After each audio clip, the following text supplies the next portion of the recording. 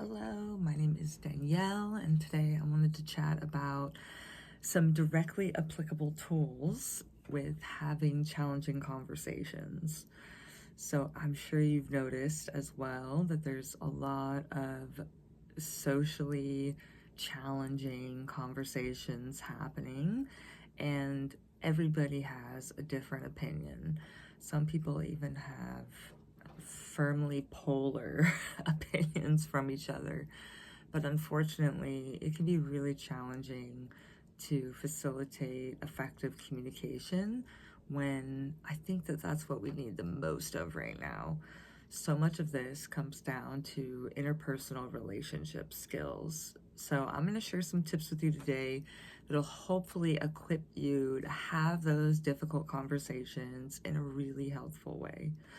The first concept that I want to introduce is emotional intelligence. Emotional intelligence is comprised of 4 different skills. 1 is self-awareness, 2 is social awareness, 3 is self-regulation, and 4 is relationship management. Self-awareness and emotional regulation are directly focused on ourselves. So, examples of being self-aware are noticing when your heart rate goes up or when you're chomping at the bit to get your point in a challenging conversation. Even having some emotional awareness and noticing when you do feel that spike in adrenaline or tension come up. That's going to be really important to be aware of when you're having these difficult conversations. In regards to emotional regulation, it's really about acknowledging when it's an appropriate time to express different emotions and maybe when those emotions could just be managed a little bit more before they come out and display themselves with others. So an example is if you're in a tense conversation with someone and you do feel this spike of irritation or frustration, rather than acting on it right away to soothe it, notice if you can just get it to relax a little bit, let the person finish talking, and then comprise your thoughts or express your thoughts once you've regulated that emotion and the sharpness of it has diminished to some degree. These are super, super important because it really is about holding yourself accountable in these engagements. The other areas of emotional intelligence are social awareness and relationship management. Social awareness is going to be helpful when dealing with these challenging conversations because it's going to help you acknowledge when the other person is even receptive to a conversation. Some people aren't in a place to talk reasonably or logically. There are really high emotions at play in socially challenging discussions. And the reason is because a lot of the time, our values are entwined with these discussions. And different people prioritize different values. And so when someone doesn't feel that their value is being seen or heard or considered, sometimes it can feel like a little bit of a personal attack. And that does take some emotional awareness and emotional regulation to be mindful about and intentional about. So using that social awareness to notice when there are appropriate opportunities to communicate about these difficult conversations and maybe when it's time to just let it go and not address it. The last area of focus with emotional intelligence is relationship management. This is probably one of the most significant parts of emotional intelligence when it comes to difficult conversations. Relationship management is going to look like your ability to sit back and actively listen to another person talking. It's going to look like being genuinely curious about that person's perspective and maybe acknowledging how their views even though they're different from you, just trying to be curious as to how they might have built those views. Like, why would they have chosen those views? Just as, self-righteous as we individually feel about our perspective, other people feel that same way about their perspective. And it's usually because we don't just come to conclusions willy-nilly. Even if we don't know all the details about something, we're going to attach to a certain idea if there's something about it that resonates with us and our experience in some way. So get curious about all of that. Another skill in relationship management would be like building some sort of positive regard for the other person. Notice that you're talking to another human being, and that other human being deserves just as much respect and consideration as you do in conversations. And just like you might want to be heard and seen and acknowledged, that other person also wants to be heard and seen and acknowledged. If we can share that and witness people and witness their values or their perspective, that in itself can actually be really healing and connective, even if you don't see eye to eye.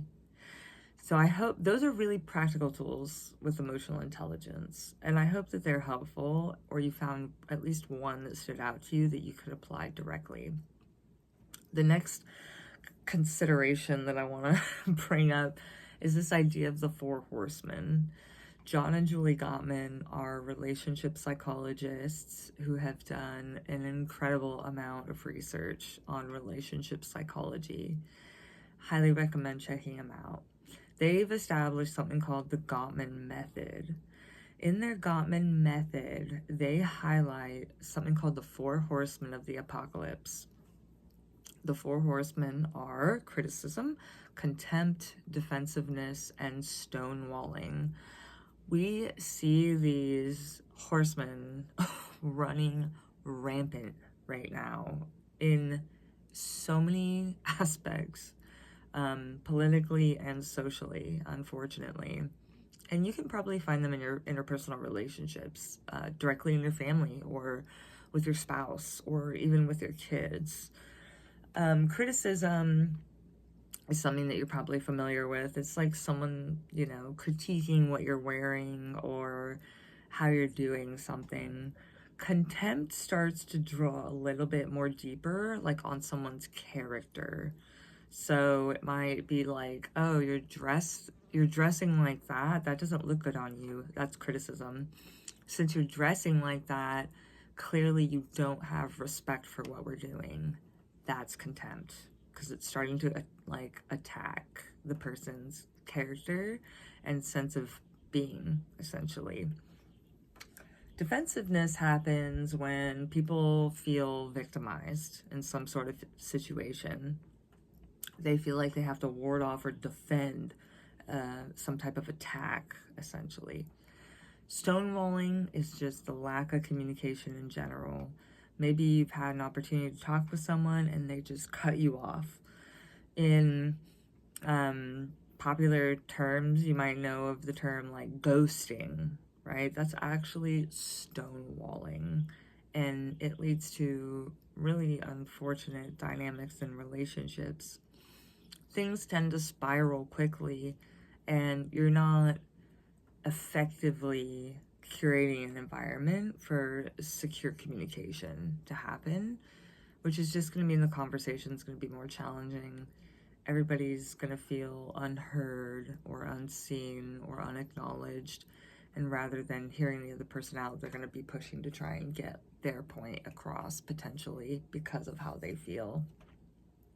These four horsemen are really important to not only see outside of yourself and identify, but it's just notably more important to notice when you're bringing them to the table.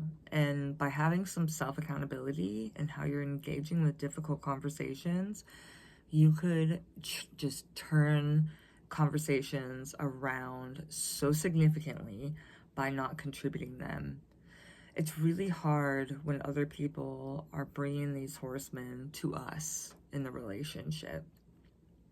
Even in that dynamic, I just highly encourage you to practice that emotional awareness, emotional regulation, so that you can be self-accountable. And instead of throwing them back at other people, you're able to diffuse.